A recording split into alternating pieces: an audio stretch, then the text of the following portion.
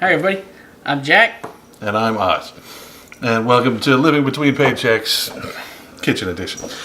Since we started talking about starting this show, one of the first things that everybody talks about when we're like, hey, we're going to start doing this show about cooking something really cheap, whatever. Everybody's like, so it's going to be like all ramens and stuff. So we decided to show you how to cook ramens where it's not just sucking packets and powder. So you need 6 cups of water, 2 of your old school ramen packets. We got the beef flavor because that's what we're adding to it. I get a can of bean sprouts, kind of bulk up the soup a little bit. Got the chili and garlic sauce from Sriracha because we like it spicy. We got our cheap skirt steak and our old standbys of green onions and mushrooms that have been frozen in the freezer. Forever. Oh, well, you can use them a lot.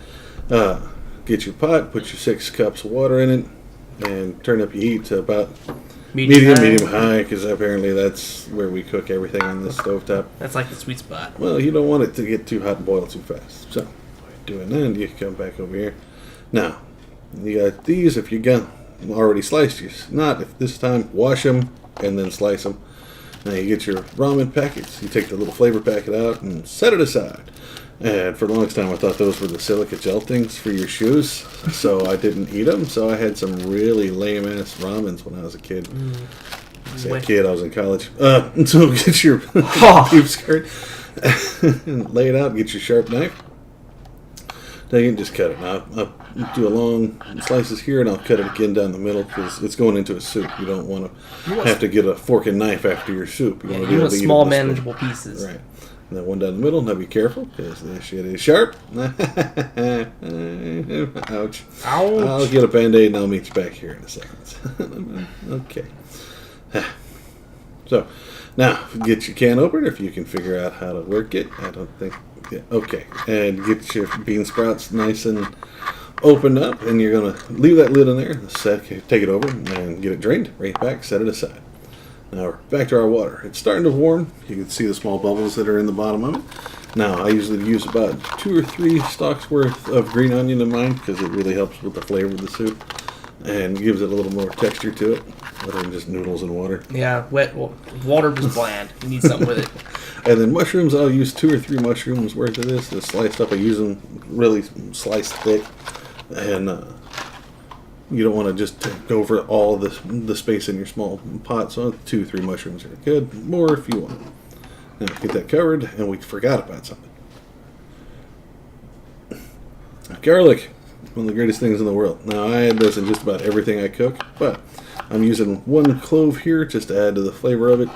Now, you don't have to add this. You can add as much as you want. If anybody judges you for adding too much garlic, get rid of them. You don't need that kind of negativity in your life, man. That's something you judge with your heart. And just take your garlic, throw it right in the pot with the rest of it.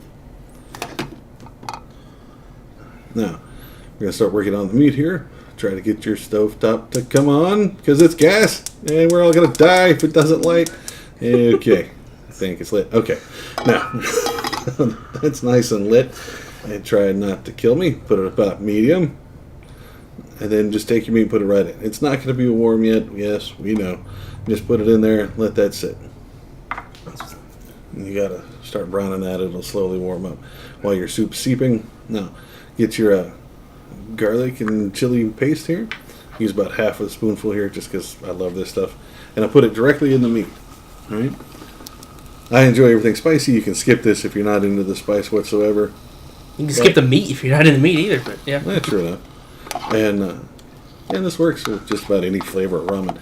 Now, though, you take the meat, you toss it around, make sure to get that chili paste all over every piece of meat there, so it's not just like, oh, that piece of meat tastes good, and the rest of it tastes like butt. No, you need the spice everywhere. So you put the spice on everything. So, now you keep stirring it, make sure all the parts that are uncooked as it's browning get touched on there, get burned a little bit. That steam is hot, dude. Fuck you. All right. Now you get your black old ramen noodles and dump in a little popcorn stew. Just put them right directly into the top of there.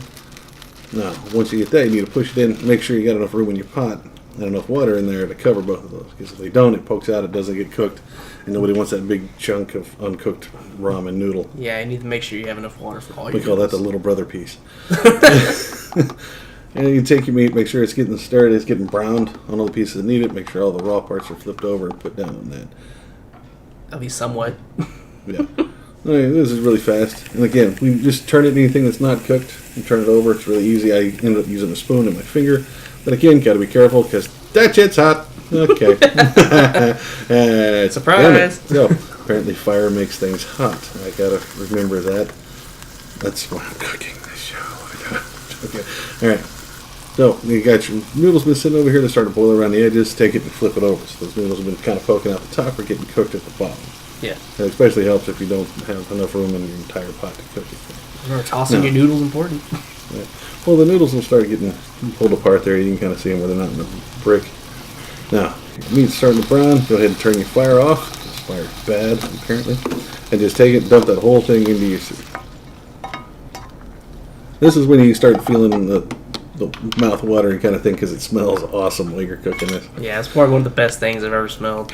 Now, this is where we throw in the bean sprouts. This is where I put them in. Some people don't do bean sprouts. I do. It just gives more bulk to the soup other than just noodles. Yeah. And be careful because, it's still hot. Son of a... mm-hmm. And just put the bean sprouts in there. Push them down, give them a little heat. Now, also, this is where you put in your flavor packets. You can cut those out if you're not into sodium, but I like the bouillon and the extra seasoning that they put there, and why waste part of what they sold you for 10 cents. Gotta get a week's worth of salt in one dose, right? Oh, yeah. Stir it all around, make sure that flavor gets all over everything.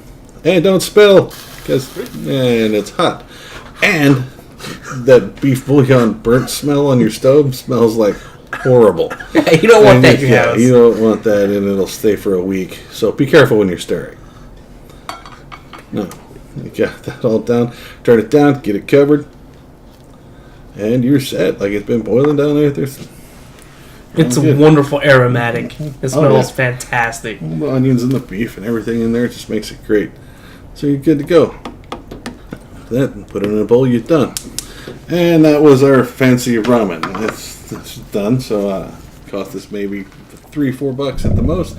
Feeds one fat guy once or 2 or 3 people at least once. So thanks for joining us on Living Between Paychecks Kitchen. Like, share, subscribe. We'll see you in the comments.